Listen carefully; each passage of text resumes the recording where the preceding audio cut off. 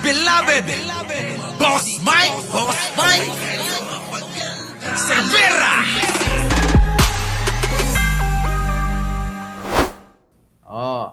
Ay ngayon, mga kababayan ko, punta naman natin tong pag-uwi na daw ni Digong, sigurado na. Sa mga nag-aabang, uuwi na si Digong! Pasok!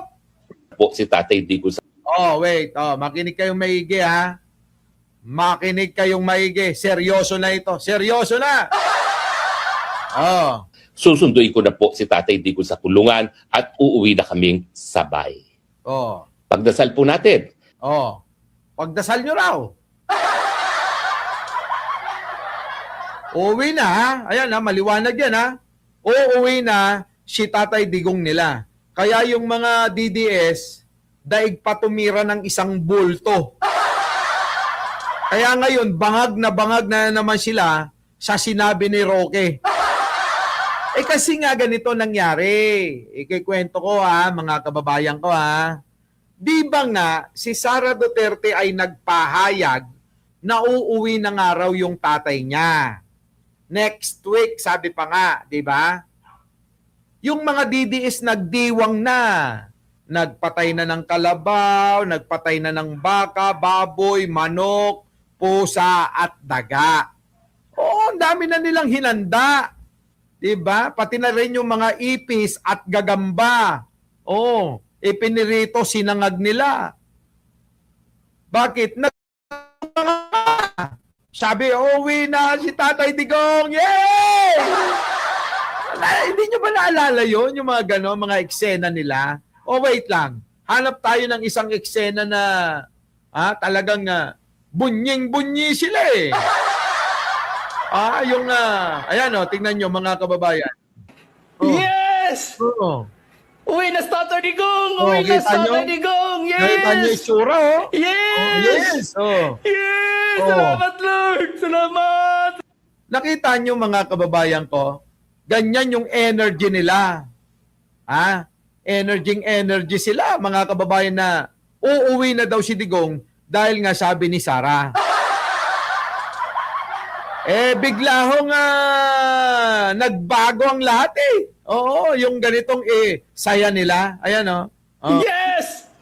Yes! Uwi na sa Tatay Digong! Uwi na sa Tatay Digong! Yes! Yes! Yes! Salamat, Lord! Salamat! Nakita nyo mga kababayan ko? Ang nangyari, mga kababayan, kasi yun ang paniniwala daw nila diyan kay Sara Duterte nung nandiyan dyan sa London, nambobola ng mga tangang OFW. Naalala niyo yan? Yung nung nambobola ng mga tatanga-tangang mga OFW ba? Mga kababayan, biglahong napalitan yung enerhiya nila nung narinig nilang uuwi na si Digong. Yan. Ito na po, hindi totoong makakauwi next week si PRRD. Na-misinterpret po namin, kasama na ako doon. Uto-uto lang kayo! Na-misinterpret. Uto-uto lang kayo! Tatandaan nyo na yung mga uto-uto pa kayo, mga hinampil kayo. Na-misinterpret ka pang sinasabit, yung tanda mo na yan? Ilang taong ka na ba? 75? Di ba? 75 na puta na uto pa? Sasabihin na misinterpret. Uto ka! Ganon. Hindi na misinterpret. Bobo. Namin, kasama na ako na-misinterpret po namin, kasama na ako doon sa sinabi ni Vice President Sara Duterte. Kita nyo mga kababayan ko? Ngayon, dahil nga yung sigla ng mga DDS, tumamlay mga kababayan ko. Biruin mo. Daig pa nila bumatak ng 3 bulto. Batak silang ganyan,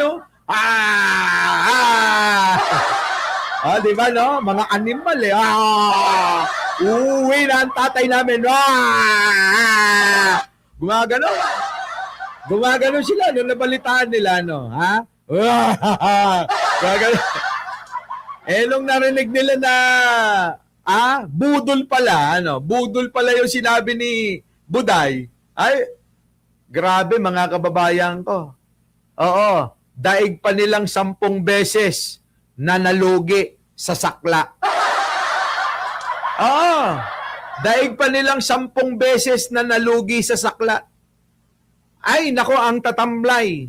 Daig pang hindi, At daig pang nawala na yung tama nung binatak nila, no? Tingnan nyo mga kababayan ko, ito na ngayon.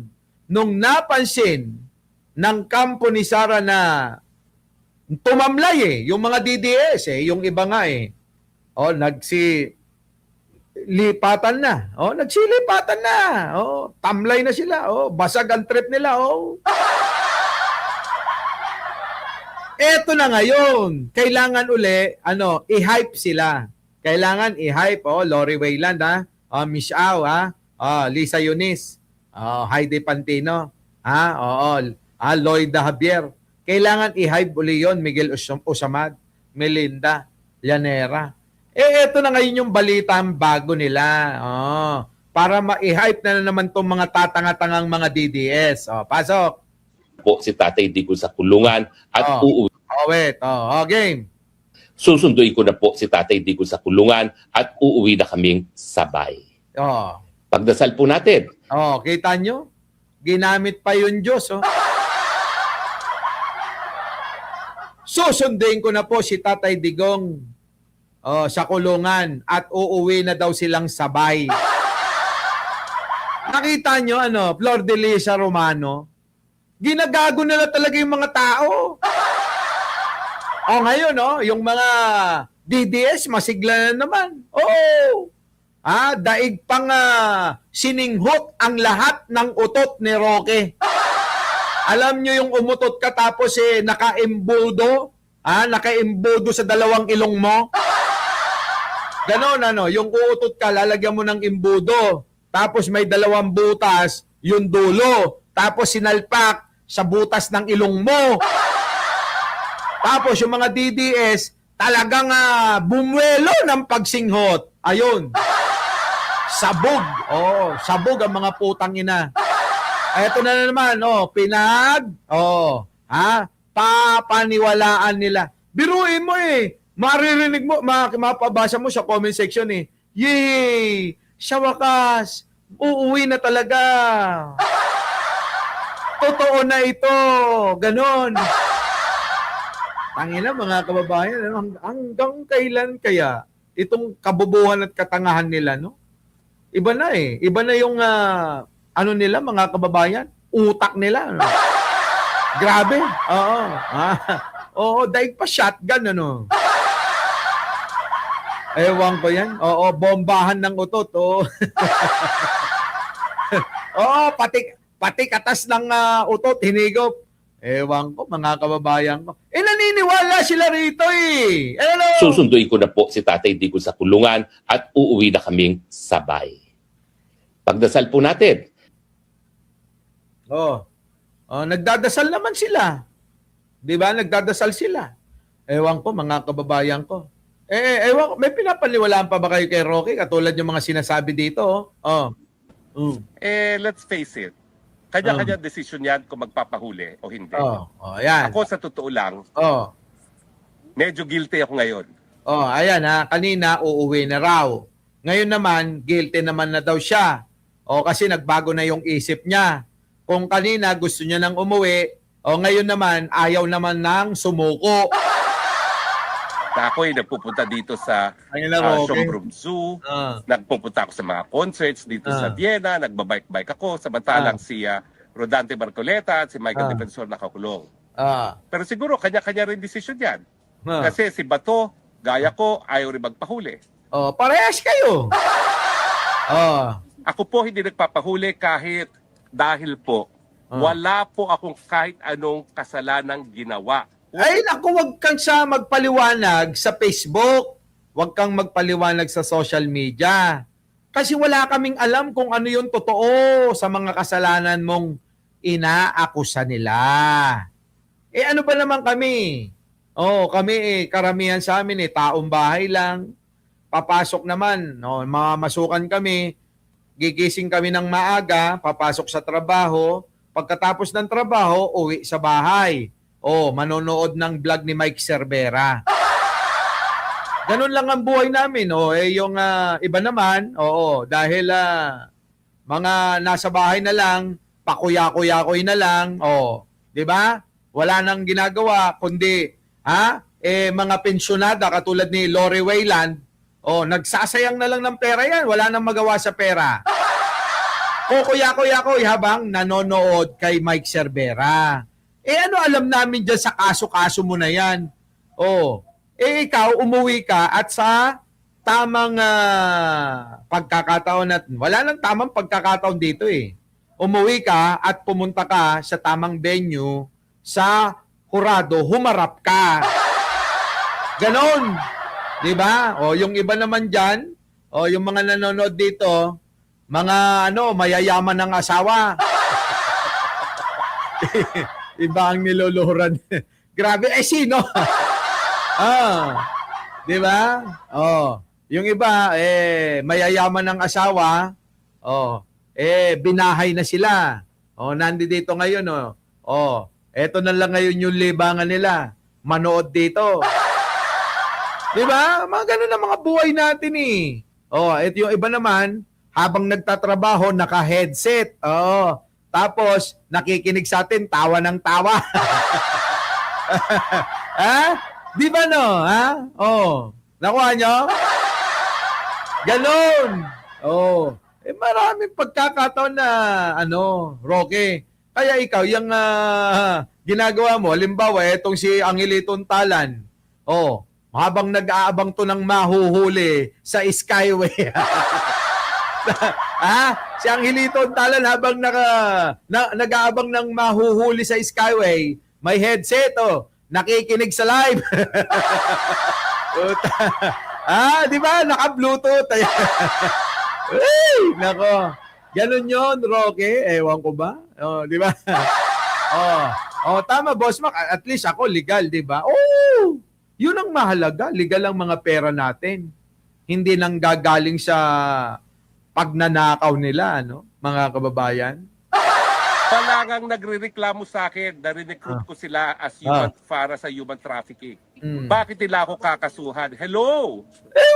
Malay ba naming walang nagrereklamo, umuwi ka kaya? Kung wala palang ikaw kasalanan, wala ka palang, wala palang magtuturo sa'yo, hello? Umuwi ka, di ba? Hello? Hello? Baklang-bakla, Hello?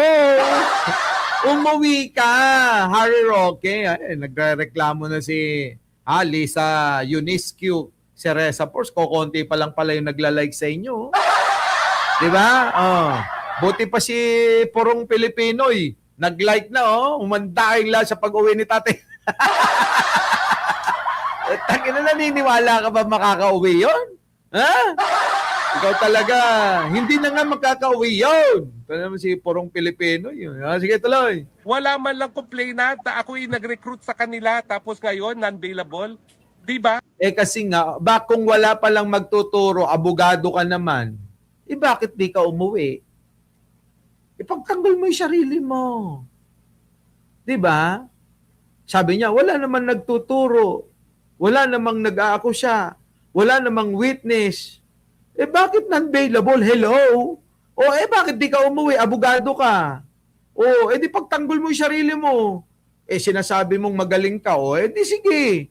Dito mo ipaglaban yan. Wala dyan sa Europa ang laban. Ang may laban dyan ngayon, si Digong. Siya yung may laban dyan sa Europa kasi dinemanda siya dyan ng kasalanan para sa sangkatauhan. Di ba? Crimes against humanity. Nandiyan dyan ngayon sa ICC. Ikaw, ang kaso mo nandito sa Pilipinas, Pero ikaw, umalis kang hayop ka. Di ba? Oh. Kung ang mga piskal na matino at yung Padulyo na yan, I'm so disappointed in him na nagpapagamit siya, no? Na dapat talaga panindigan niya. Isa ako doon nagsulong doon sa batas para sa National Prosecution Law para maging mas independyente. Para nga hindi ma-impluwensya ng politika. Pero mukhang hindi nangyayari po yan. Nakakalungkot. Bida-bida ka pa. Bida-bida ka pa, Roque. Umuwi ka nga din eh. Dito mo na yan. Paglaban. Ano ka ba? Kapag katama ka, pagka nabsuelto ka, pagtatanggol kita.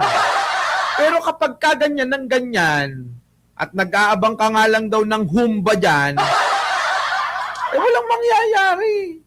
Diba? Wala naman dyan nga yung laban eh. Nasa Pilipinas ang laban eh. Para bang nawalan ka ng piso sa loob ng kuweba.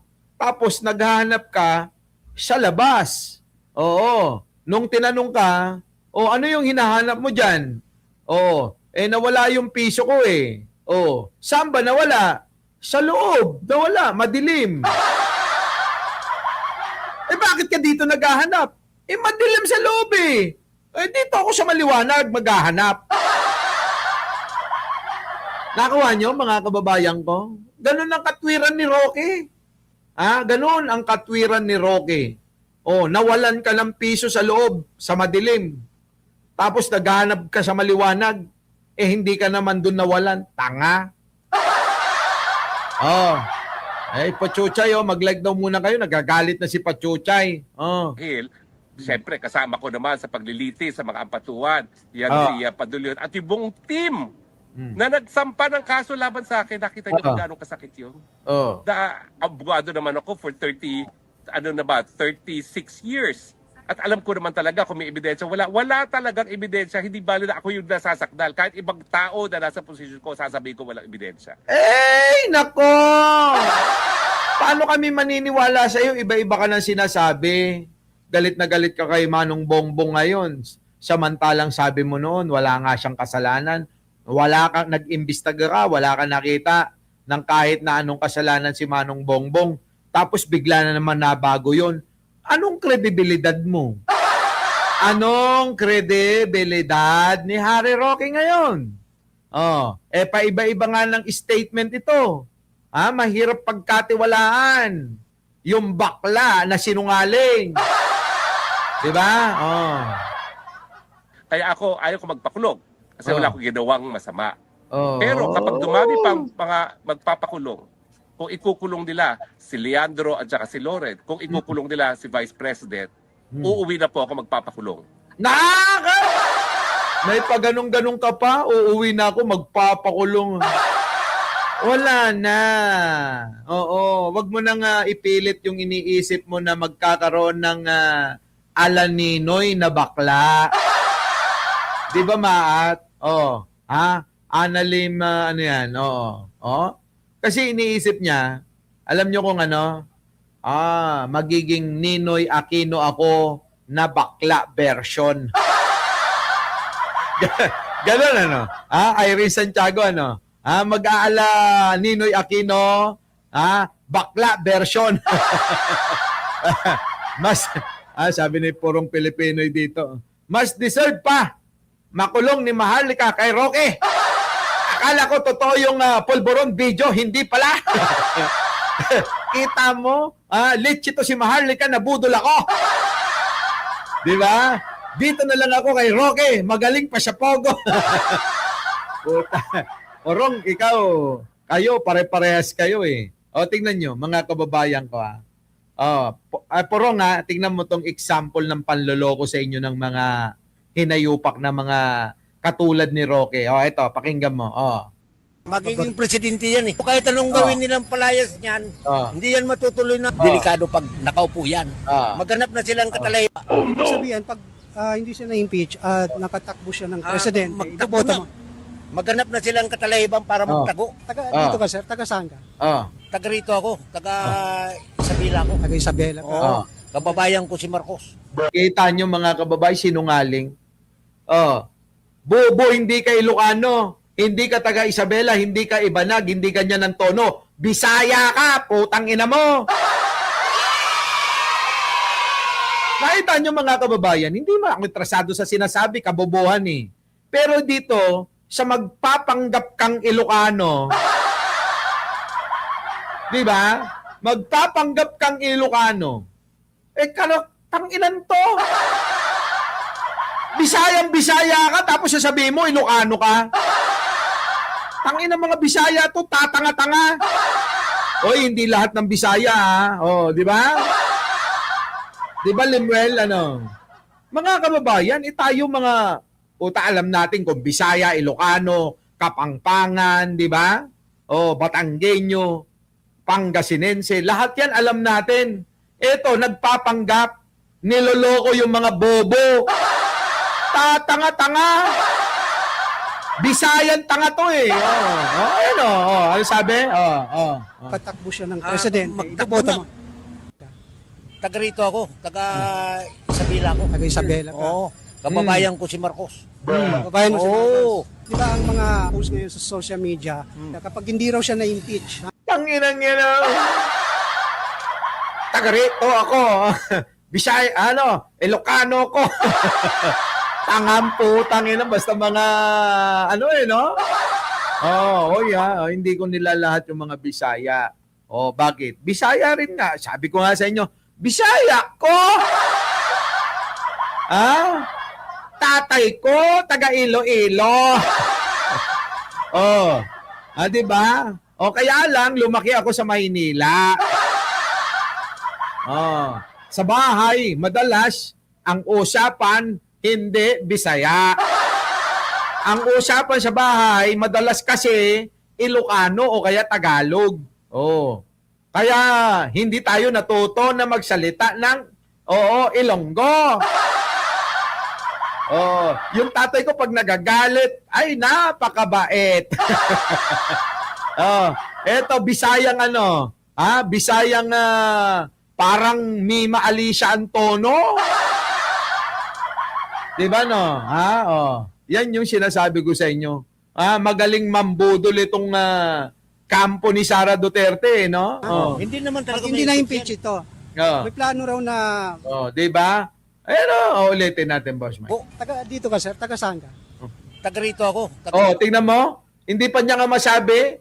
Taga rito ako, nabubulok na yung ngipin mo. Isabela ako. Taga Isabela ka. Taga Isabela, Ito pa, isa. Taga Isabela daw siya. Kababayan ko si Marcos. Kababayan niya daw si Marcos.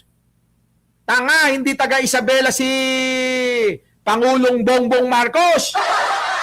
Taga Ilocos Norte. Yun, doon. Tatanga-tanga.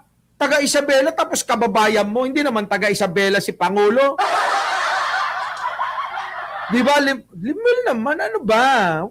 Hindi ka ba nahihiya kay Mami Lori? Limil! Kininanamat ni... Paatiw ka! Pakala! Ito ang problema sa mga Ilocano. Talagang luging-lugi kayo sa mga Bisaya eh. Sa totoo lang, ang mga Bisaya galante. Totoo Yung mga Ilocano, mga katulad ni Lemuel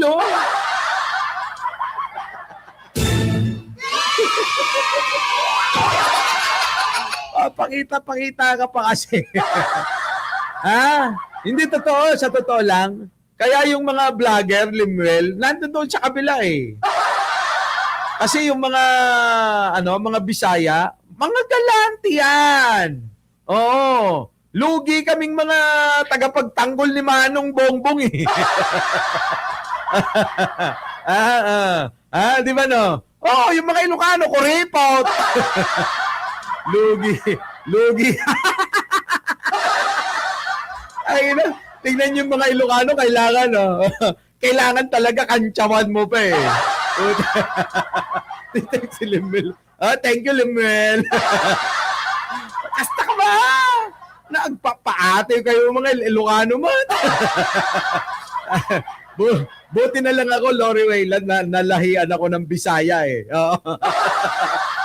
Kaya medyo, alam mo yon parang tayo, mapagbigay tayo, sige lang tayo na sige. Ganon kaming mga Bisaya. Yung nanay ko kakaiba, malupit yun. Yung tatay ko galante. Laging piyesta sa bahay namin eh. Kaya hindi siya yumaman. Yung nanay ko, ay nako, pag nahawakan ng pera nun, itam ko na. Sabi, wala, kahit maraming pera yun, sasabihin nun, may pera ka dyan. Wala pa. Wala pa. Hindi nga binibigyan ako ng aking lakay. Di ba no? Sabi ng nanay ko, pagka may Manang, pwede ba akong humiram ng kahit mga 500? No! Wala pang sweldo si lakay ko. Siyempre, nakikita natin yun di ba? Sa mga nanay natin. Nay, naku, pasensya ka na, ading ko. Pasensya ka na, ading ko. Awam pa, iti sweldo nila kay ko. Aguro-uray kami magaroon. Naghahantay din ako ng sweldo ng aking lakay. Sa katunayan wala pa nga kaming pambili ng bigas kahit punong-puno yung lagayan ng biskwit ba? O kaya yung tapayan ba? Tapayan, di ba? Yun ang mga lagayan ng bigas sa amin Langya talagang kami. Wala. Sabi ko, patitingin ko lang kanina. Ako nagsaing kanina, marami pa sa tapayan ng bigas. Sabi ng nanay ko, wala na daw. Ano ba? Wala na ba talaga? Di ba? Pati ikaw tuloy pagdududahan mo yung sarili mo no? Mali ba ako? Guni-guni ko lang yung mga bigas doon sa tapayan. Ewan ko, mga kababayan ko. Ganon. Eto, si Kuya, sinungaling. Sinungaling na Bisaya. Tatanda-tanda na mga kababayan, sinungaling pa rin. Manang-mana kay Digong, mga kababayan. Sinungaling. Biruin nyo yan,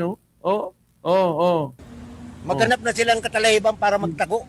Dito, sir, taga saan ka? Katalahiban. Maghanap na sila katalahiban para magtago. Bisaya! Hindi ganyan ang Ilocano. Di ba? Di ba? Ingka, agsarag dati.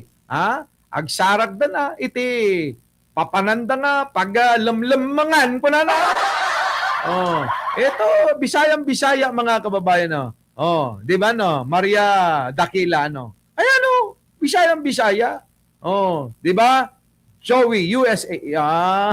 Mga ganito sana. Boss Mike, mama ko, naka-18 na rubber band ang pera.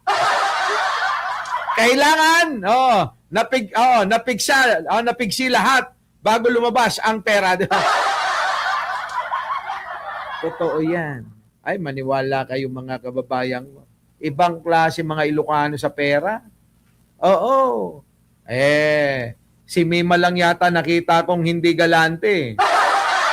Diba At saka si Bambina. Si Mima, Bisaya, Putik na yan. Sabi ko sa inyo, ang galing gumawa ng paraan nun Sabi ko, alam mo, Mima, ang tatay ko Bisaya, ang nanay ko Ilocana. Pero, iba, di ba? Totoo yan, may kaibigan ako dito, Ilocana, i-invite sa birthday dinner sa Italian resto ng isang kaibigan namin na end up ako, Totoo yan! Sigurado. Kaya nga minsan yung mga barkada, akala ko na-miss nila ako, ganun ba, Lori Wayland? Joey USA. Akala ko na-miss ako. Oo, bigla. Sabi gano'n, tumatawag yung tropa. Sasabihin, pare, kamusta? Na-miss kita. Asa ka? Pag namali ka, mga kababayan, malapit ka sa kanila, yari ka. Pare, nasa ka? Nandito lang siya, QC. Akala ko malayo. Sakto! Alam naman nilang nandoon lagi ako sa QC. Taga QC ako. Sakto! Nandito kami ngayon, nandito kami sa Marios. Nako, syempre, Marios, masarap ang steak dyan. Paborito ko pa naman yung steak, mga kababayan ko. Oh, sige, akala ko na-miss ako eh, 'di ba? Oh. Walang niya pagdating na ng bayaran, ikaw pala magbabayad. Sabi ko, akala ko na-miss niyo ako. Hayop kayo. Ay, nako. Oh, yan, mga Bisayang mga animal. Ay, nako. Ewan ko na lang mga kababayan ko. No? Our beloved Boss Mike, Boss Mike.